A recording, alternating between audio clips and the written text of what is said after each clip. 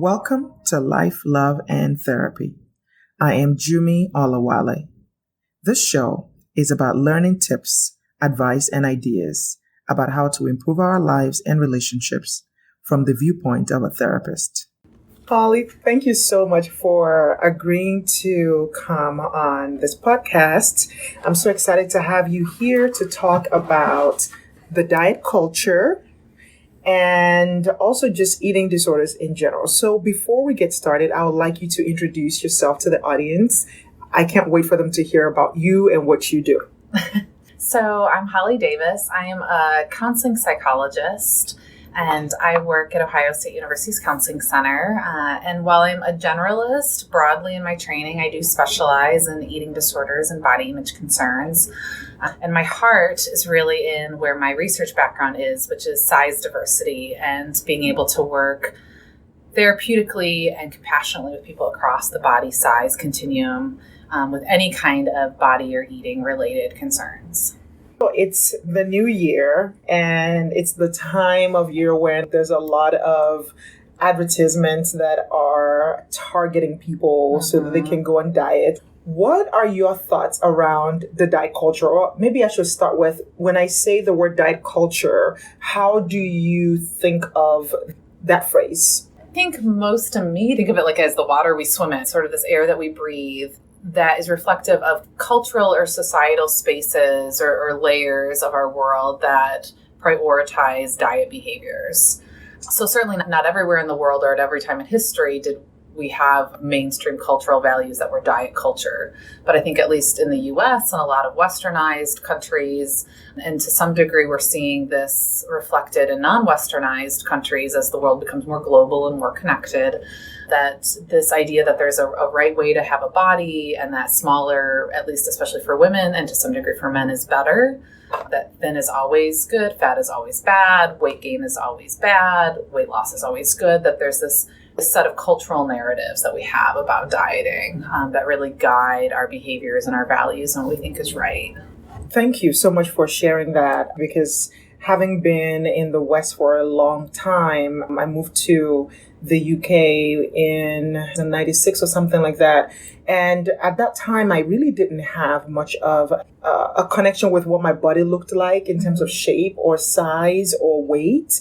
It was a very completely new thing to me. And I remember when I just moved to England, that I'll be stopped several times saying, my goodness, you should be a model. And I was like, why would I want to be a model? What do you mean? And there was a lot of conversations around my thinness at the time. I was, I'm tall, 5'7.5", and that half matters a lot to me.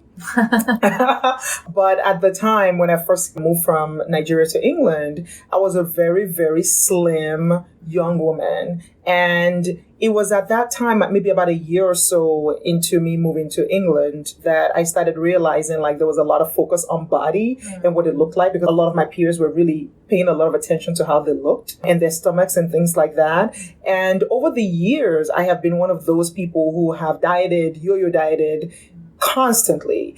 And in some of the readings that I have done, and from my own personal experience, dieting is not something that tend to work in the long run. People eventually sort of either gain that weight back or engage in some kind of disordered eating that they might not be aware of. What are your thoughts about that? Oh, Jimmy, I have so many thoughts. Because you're right, there's a lot of layers here, right? There's like cultural pieces, there's developmental pieces in terms of kind of what age we are and what our social networks look like. But then there's also this piece around like, what is a diet actually? Does it actually work? And what does the data say? And because the broad message is that diets don't work. People regain the weight that they lost and then some, at least most of the time. Of course, there's always exceptions to every generality, but I think what's really tricky is also what we define as success. A lot of people, I think, go into dieting with an idea of this is my goal. I want to lose X amount of weight, or I want to be in this weight range. And certainly some people have, a lot of motivation around being healthy and being active and being strong, things that don't feel quite so, I'm air quoting, diet culture. A good friend of mine who studies obesity and studies weight loss and nutrition, she has found that the success of a diet is measured usually by that individual's determination of success, or there's a medical definition of success by like a certain amount of weight. And even that can feel problematic because more recent research has found that for individuals who live in fairly large bodies compared to what we see as a cultural ideal, even losing, sometimes up to 10% of their body weight really changes their health. Now, if someone has a BMI, say in the 30s, and we see that person as obese and they lose, say, 10% of their body weight, statistically at least, they're far more metabolically healthy. I've certainly heard case studies and anecdotes of people losing even like 30 or 40 pounds in a large body, and all of a sudden they don't need their blood pressure medication or their cholesterol medication, right? But if we calculate their BMI, they're still obese, according to our BMI scale that we use in our medical practices.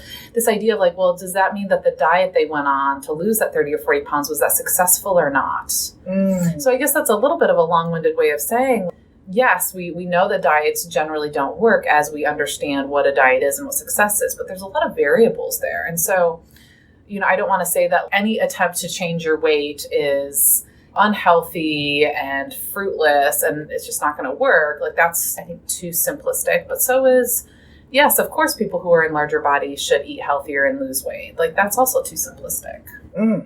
You are hitting so many things right now that, okay. I have strong feelings about all of this.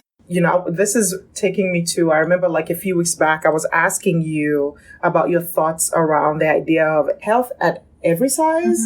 And I would like you to share with the audience some of the things that you shared with me about it, because I've been hearing about it. There's this podcast that I do once a month with these running coaches and a dietitian, and we all talk about the body and the mental health part of it, the nutrition aspect of it, and all of that stuff. And I remember the first one that we did, I think it was around Halloween, was when I first heard about the idea of health at every size. And I remember that I wanted to talk to you about it, like, what is health at every size? So Health at Every Size came to light with Linda Bacon's really popular book of the same name. Linda Bacon has gone on to write other books, including a great one called Body Respect. It's the idea that there is more than one way to be healthy. Again, we have this shorthand culturally that smaller bodies must be healthier than larger bodies. But it's the idea that across our human race, if you will, there can be a lot of different sizes of bodies and those people can be healthy. Now, like you as an individual, Jamie, might not be able to be like any size along the size continuum and be healthy as an individual, but right, as a population, as a group of people, we could find 100 people who are all healthy based on like metabolic biometric factors, and they could all have very different body sizes and shape. So that's sort of the idea behind it. And really, I think the piece of it that I love the most and that I talk with my therapy clients a lot about is that how we feed our bodies and how we move our bodies is what has implications for our health. And we could go further than that, right? How we sleep, how we manage stress. But if we're talking about kind of weight and health. So if I change how I eat and I change how I move, my health status may change. My weight could also change. But the weight in and of itself, right, is a byproduct of what I change with my eating and my movement. Now, there's some implication, of course, that weight has in terms of like mobility, right? If I'm a person who lives in a larger body, if I have so much weight that I'm having pain in my joints or trouble moving, right, then it's like actually the literal weight that's impacting my health. Same with something like blood pressure to some degree, right? If there's more pressure on my blood vessels because of extra weight, that could impact my blood pressure. But we find, and the Health at Every Size literature sort of lays out the research that supports this, that if people change how they eat in a healthier direction, they change how they move in a healthier direction, that they can have the same health benefits, even if they don't lose the weight that they're being told they should lose or that they believe they should lose. Now, losing weight for aesthetics is like a whole separate thing, right? Someone feeling good about what they see in the mirror. And the Health at Every Size goes on to talk about how would you then change your eating? How would you then change your exercise? And I love their approach to exercise in particular of like finding movement that you like, finding movement that you enjoy. Because if you think real exercise is only going to the gym and getting on the elliptical for 30 minutes and weightlifting for 30 minutes and then running on your off days or whatever, that's not going to work for everybody. Like I hate running. I wish I loved running. It's so convenient. It's such a convenient form of exercise. And every time I try it, I'm like, oh yes, I hate this. Right? So for me, if I thought like, well, I'm only going going to change my weight if I run a whole bunch. Maybe I can really like kick myself into gear and do that. But like odds are for most people, that's not sustainable. That's not motivating. And thus it's not going to be a health behavior I can stick with. Right. So it's the idea that we can approach health from this perspective of not prioritizing body change in terms of weight. Or weight change could happen, right? If I eat healthier and I move healthier, like my weight could change. But it may not change to the degree or in the way that I think that it should, but I'm definitely going to be healthier. Yeah. So what does that mean for someone who, let's say, for example, wants to lose weight? They're like, look, I don't feel good in my body. I feel like I am not very attractive. And maybe they have taken the societal message that thinner is better. Or maybe they're just saying like, I want to wear a particular type of clothes because I think that that's what is much more attractive. What would you say to them? I mean, I think there's a lot of pieces to explore with a person in that situation. I think that's a really common story, right, that we hear. Certainly, I would be wanting to help that person understand what it is that they're hoping to achieve and maybe helping them assess if historically they've ever been able to achieve that and did they get the outcome that they wanted emotionally.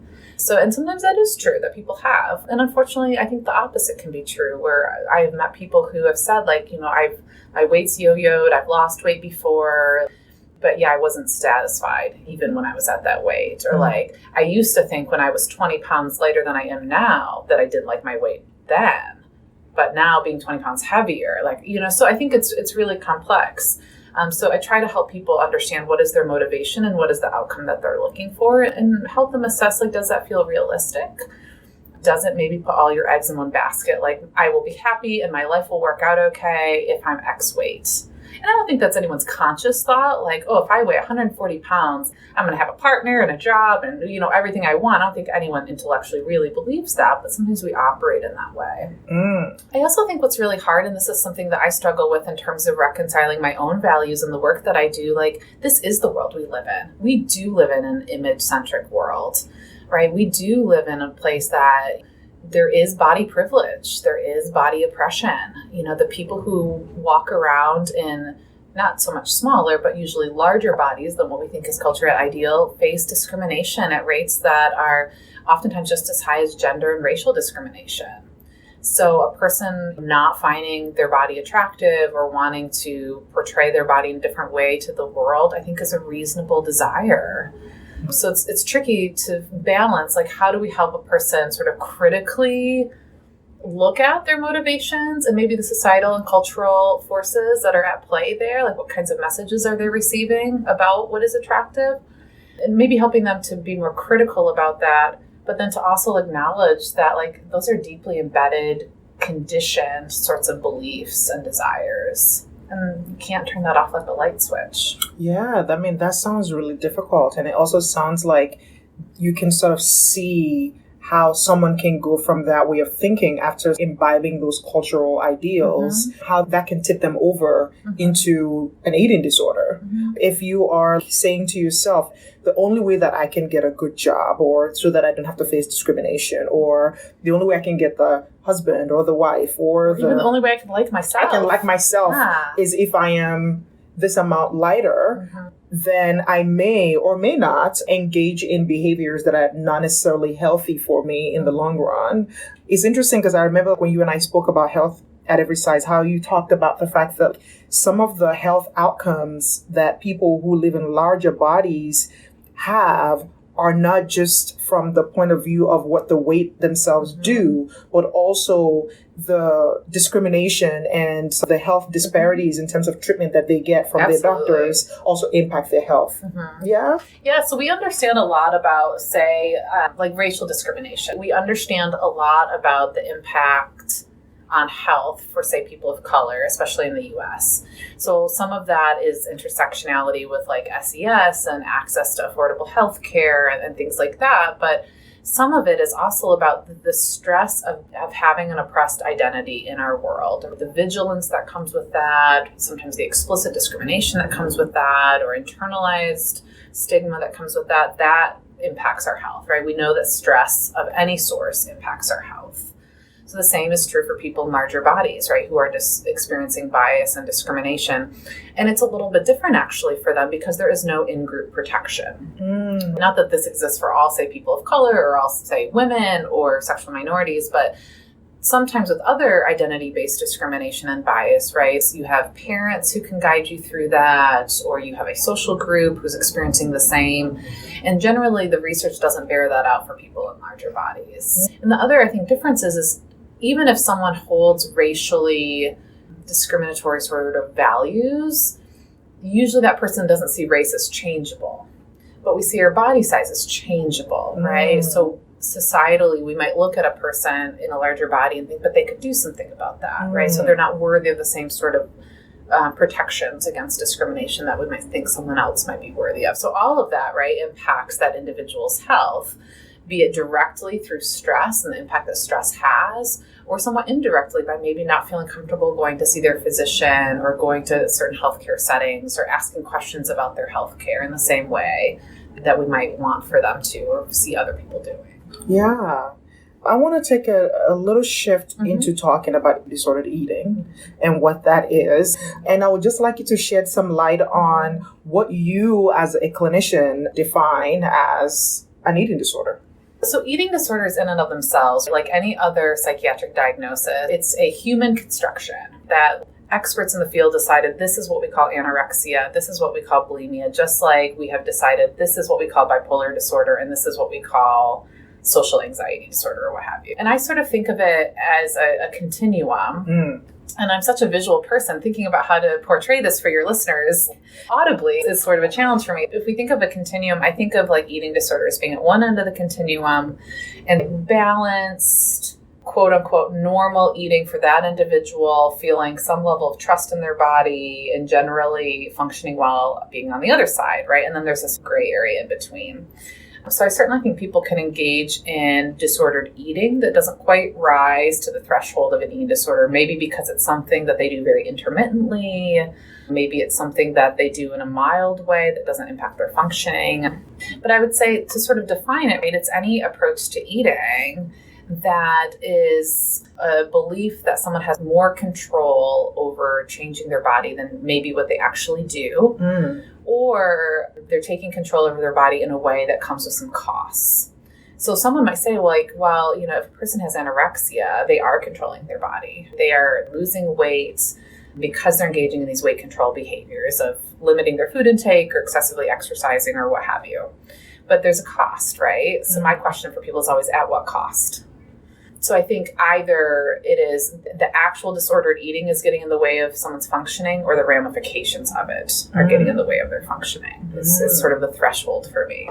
What would you say from your work that you do that you tend to see a lot in terms of clinical presentation? Do you see a lot of things around anorexia? Do you see a lot of stuff around bulimia? I tend to see mostly individuals who don't fit actually into one of those categories. So I think that's a really important thing that people don't always understand, that, you know, there's this, again, sort of cultural narrative that people either have anorexia, and if that's true, they're like really super tiny and emaciated, right? Or people have bulimia, and that means they're binge eating and purging. Right? Purging by self-induced vomiting. And there's a little bit more understanding that people can have binge eating disorder. But I would say most people don't fit neatly and cleanly into one of those categories. So the story that I see really commonly is people who are attempting to lose or control weight, who are trying to restrict in different ways. So they're using MyFitnessPal to track their calories, right? And they have it set to some sort of weight loss recommendation. Or they do things like they delay eating, right? Like, I'm going to go as long as I can today before I eat. And then they end up overeating or sometimes binge eating in response to that. So they get in this sort of restrict and binge cycle. Like, one of the most sort of classic stories I hear is like, well, I try to limit myself during the day. I have these different rules or these different ways that I restrict. And then I'm so stressed out at the end of the day, or I'm so hungry, or I, was mindless in front of the TV and just like messed it all up, right? Sort of messed up my day of restriction by eating more than I think that I should have. And so then the next morning I wake up and I'm going to do it differently today, right? I'm going to stick to my plan. And sometimes they do and sometimes they don't, but then they get in this sort of restrict and binge or restrict and overeat sort of cycle. Wow. And I think that's really common for a lot of people. When you said that, what I'm thinking in my head is that I've known of different diets. Like, okay, so when you say, if I'm not going to eat early in the day, I'm thinking of people who fast, right? Like Sure. who do fasting earlier in the day, and then that, like, they have the specific amount of hours that they eat. And then later on, they eat more, and then maybe they find difficulty controlling it because the body's starved. And now it's like, it's flipped the other way. It's like, no, I got to eat. How do you know when you have crossed from quote unquote dieting, using one of these things, Sure. into something more insidious? I think that's a challenging sort of moving line, because dieting is certainly on that continuum that I mentioned. And we think of dieting really broadly as, like, say, an attempt to lose weight, Yes. right? There are absolutely, healthy and balanced ways that people can go about it. I've certainly seen it. And there are people in the world that, for a variety of reasons, would feel healthier or be healthier if they were to lose some weight. So yeah, there's a threshold into which it becomes disordered, right? And I think that's different for everybody. But some of the things that I try to listen for or ask about is, like, I need distress around the practice. So, like, how much distress is there with that, like, overeating experience? How repetitive is that? Like, are you stuck in that loop and that's distressing to you? I would also really be listening for sort of like an obsessional quality to it. So I like to ask people, of all your waking hours, if your mind was a pie chart, what percentage of that pie chart gets devoted to thinking about taking up brain space about eating, exercise, weight, diets, whatever's relevant for that person? And sometimes I hear things like 80% and 90%. Right. And obviously that's subjective in their own experience. But I think about, like, okay, if it's taking up that much brain space, my next question is then, like, is that what you want it to be? Right. We all have to give some thought to eating and exercise, but where else would they use their brain space if they weren't feeling so obsessed and preoccupied with that? I'm also, depending on how the scope of their behaviors, I'm also listening for the impact on other areas of their wellness. Do they never go out to dinner with friends because they don't think that they can buy something at that restaurant or order something at that restaurant that fits with whatever their diet or their sort of eating rules are? Is there any flexibility if there was a special event or a holiday where they could then engage with that in the way that feels good to them? Would they go on a job interview where lunch is involved and not eat lunch because of their rules, right? So where is their impact maybe on other areas of their wellness? I think that would start to tip it into, like, this has a disordered sort of function in your life. Because if you think of the word disorder, some of this sounds very orderly, right?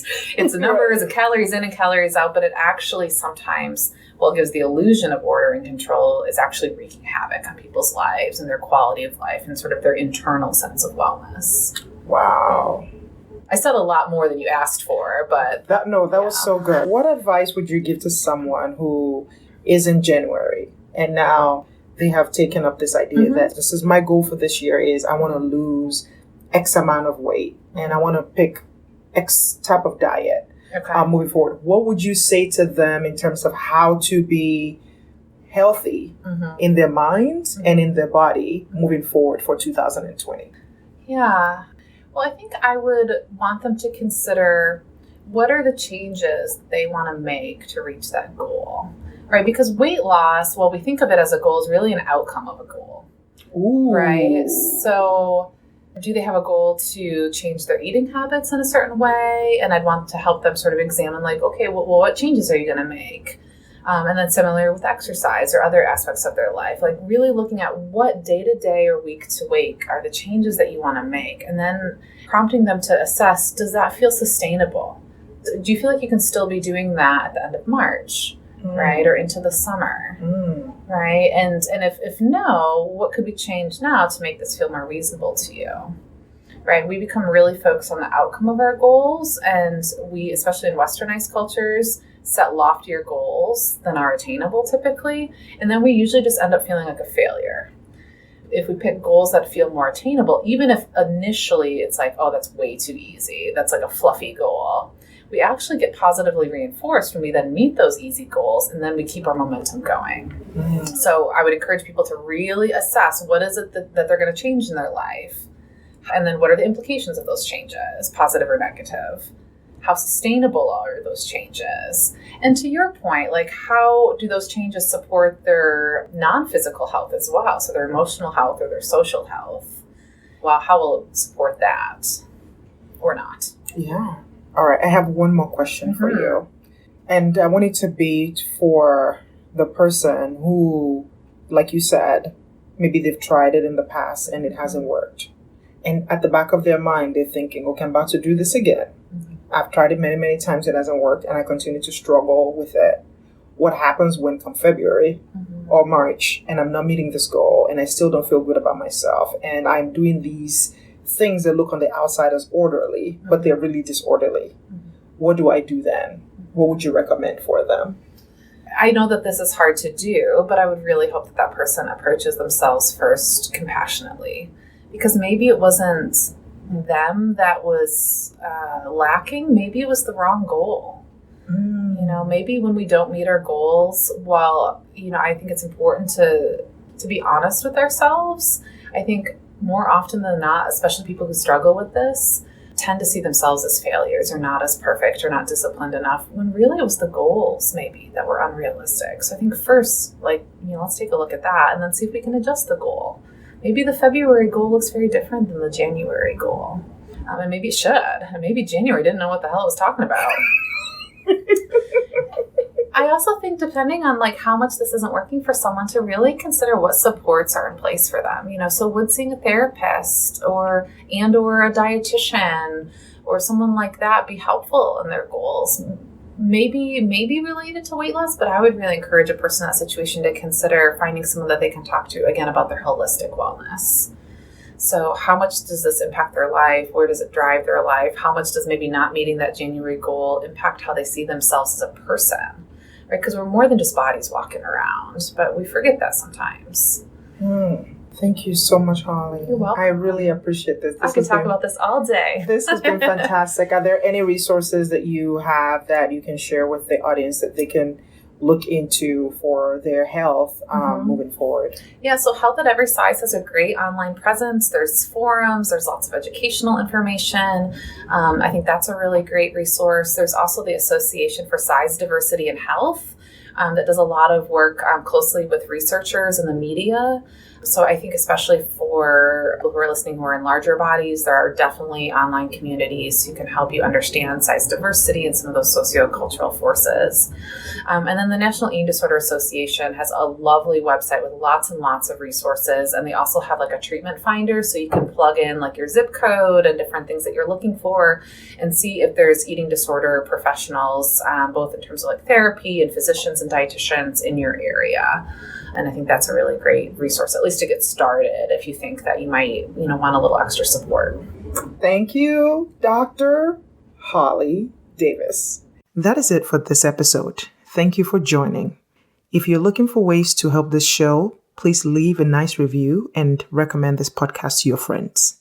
Also, don't forget to like me on Facebook at Jumi Olawale Therapy and Counseling, and follow me on Instagram at Jumi Olawale The Therapist. If you have any topics that you would like me to cover on this podcast, please reach out to me via Facebook or Instagram.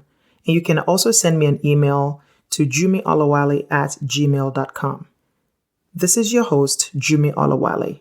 Thank you for listening, and see you next time.